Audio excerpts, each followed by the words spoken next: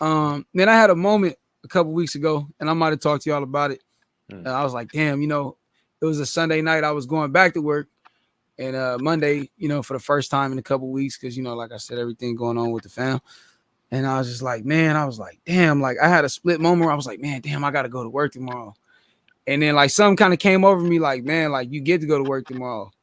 And from that moment, I just kind of looked at like work differently. I know that a lot of times, you know, after the weekend, you know, it's a common thing, man. You know, the whole like, man, it's Monday thing, you know, where people just like, damn, Mondays is my hardest day because it's back to work. I don't know, man. Ever since I kind of like looked at it differently and like looked at it as a means to provide for my family, I just tell myself like, man, I'm glad I get to go to work. And y'all two hardworking brothers yourselves. And you know, we get up and go to work, and we go to work with integrity, man. You know, we go to work with we get them the best, our best. For what it's worth. I just wanted to get y'all perspective on that. Like, do you look at that as like man, you know, it's like a let me wrap it up. It's like a scale when it comes to working. Like you got people who like, man, I'm never gonna have a job because you working for the system and da da da da. And then on the flip side, you got people that's like, hey man, I'm getting this money.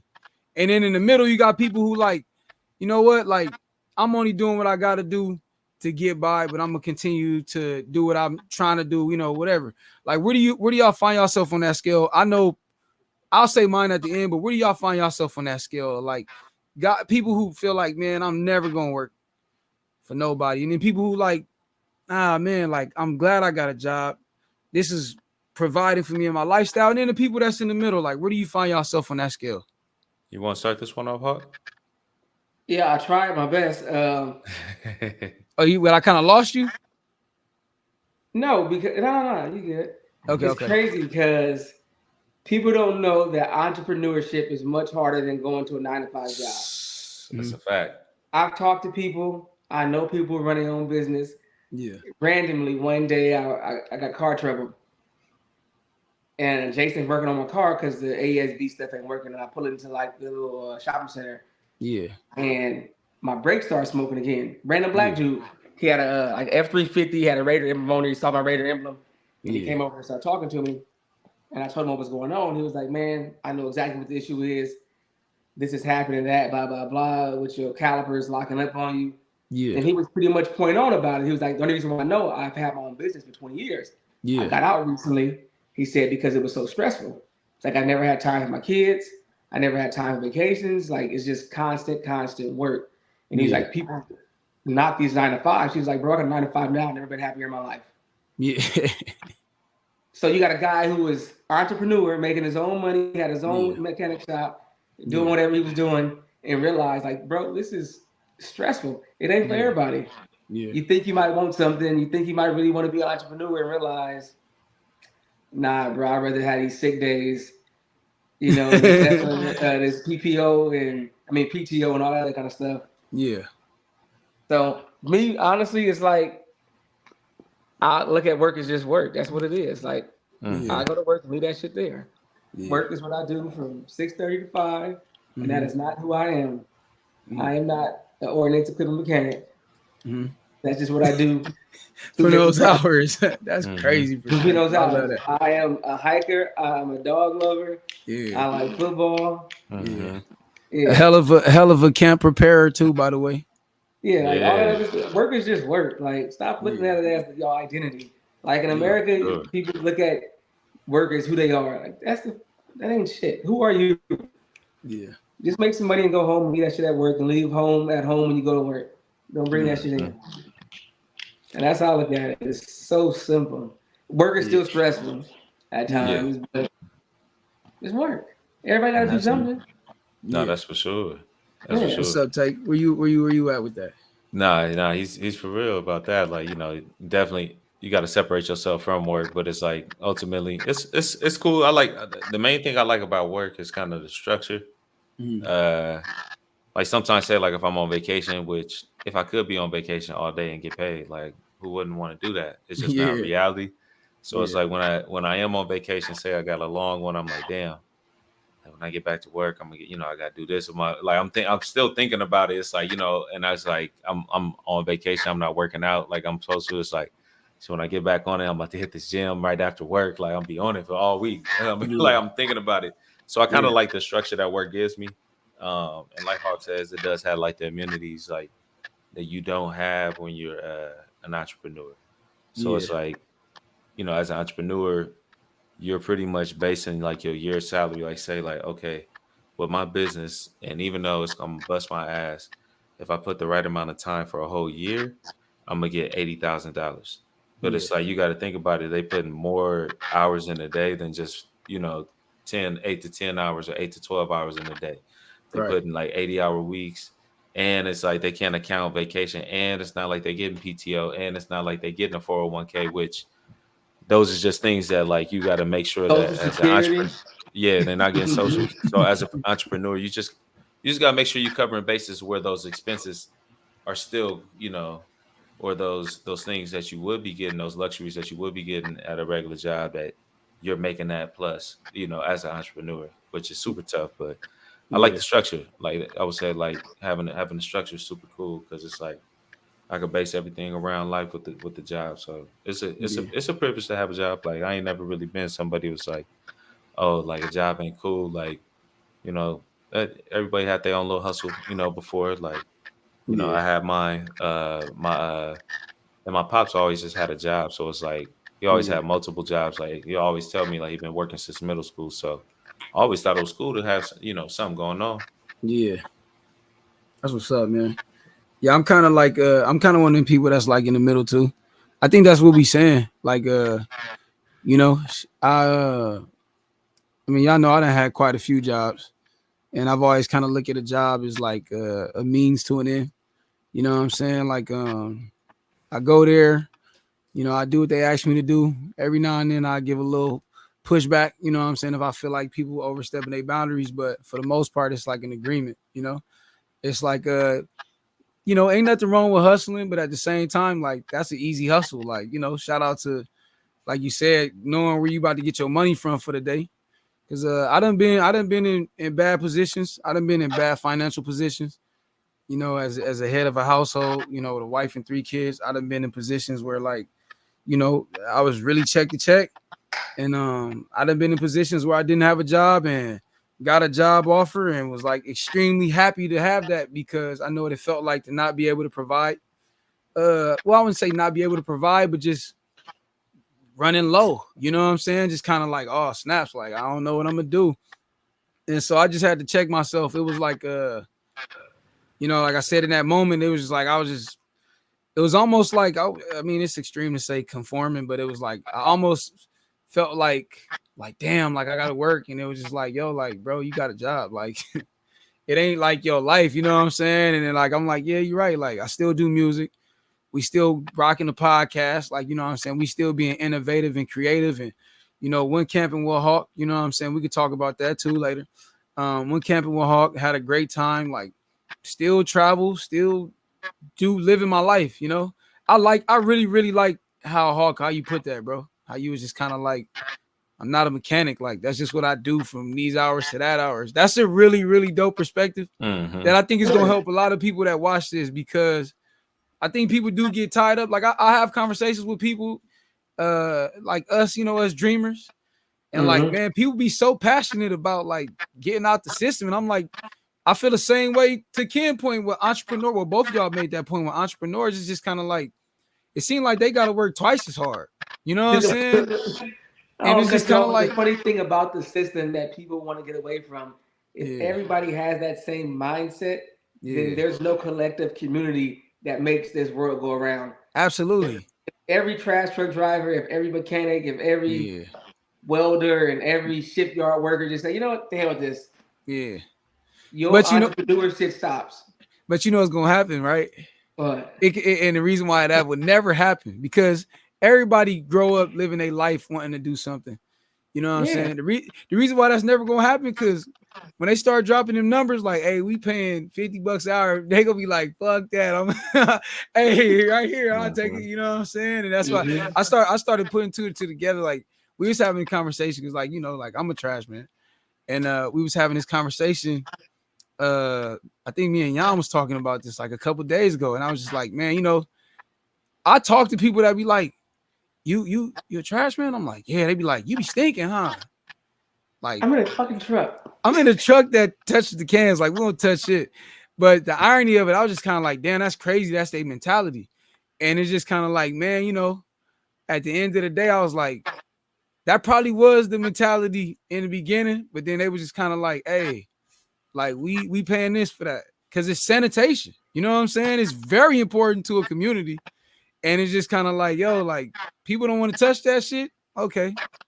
Let's see if they want to touch it now. You know what I'm saying? And I think a lot of people was like, hell yeah, what you want me to get? You know what I'm saying? So it's just a cool perspective, man. Like I said, I'm definitely a person who like understands the importance of like working to get where you want to get.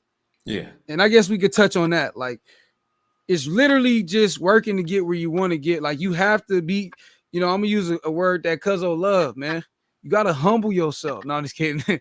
Hey, but listen, at the end of the day, that is what it is. You have to like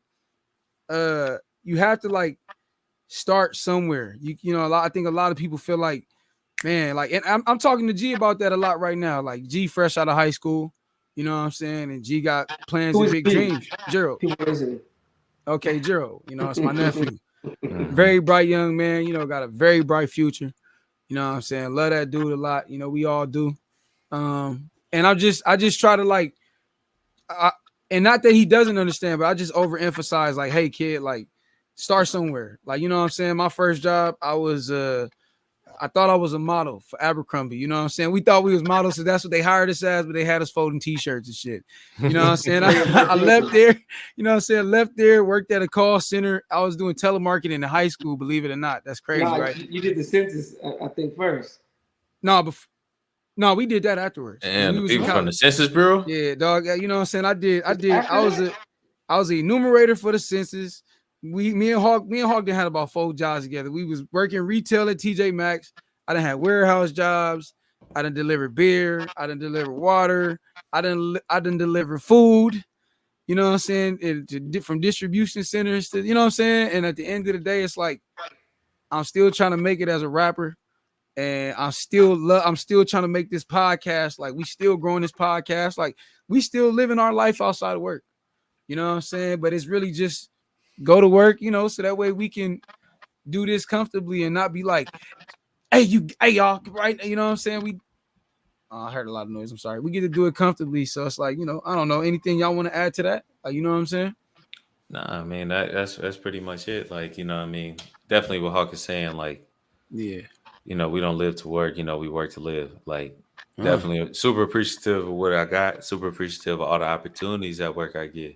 Yeah. And it's like I'm gonna leave it there. And it's like I try to be that dude at work. I ain't gonna lie, I'm just some, you know, I'm not just brown nosing or anything like that. But it's like, you know, I try to uphold my position. But outside of work, it's like, you know, I'm chilling with my boys. I'm chilling with my fam. I'm a father.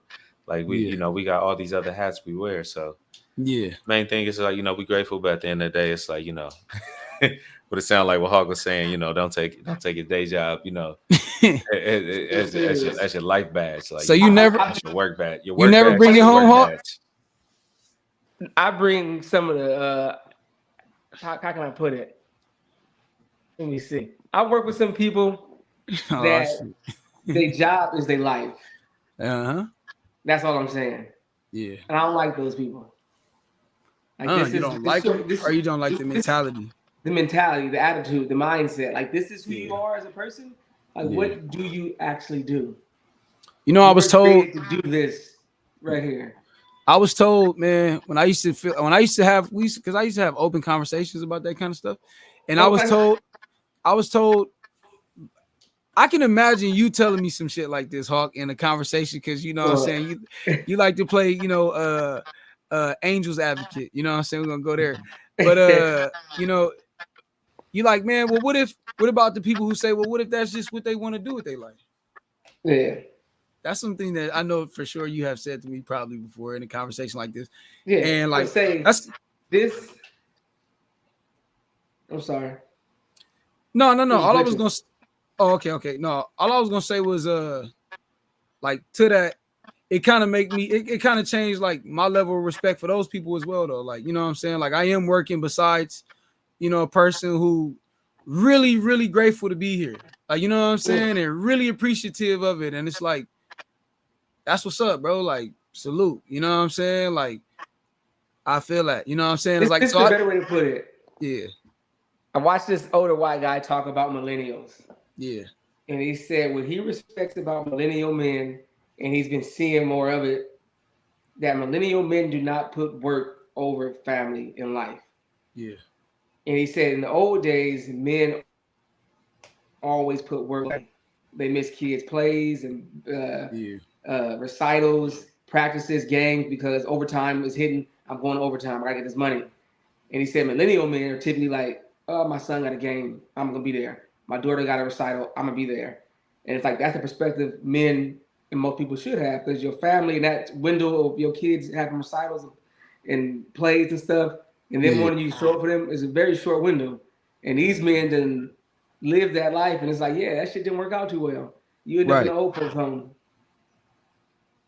Yeah, I mean, you said end up in the old folks' home. Yeah, because your kids get old enough to realize you was never there for them. It's a different time though, too, man. I mean, it depends on the demographics. Like, you know, back then, when you talk to still in America, we're talking about America. No, I'm saying like we got workers' rights.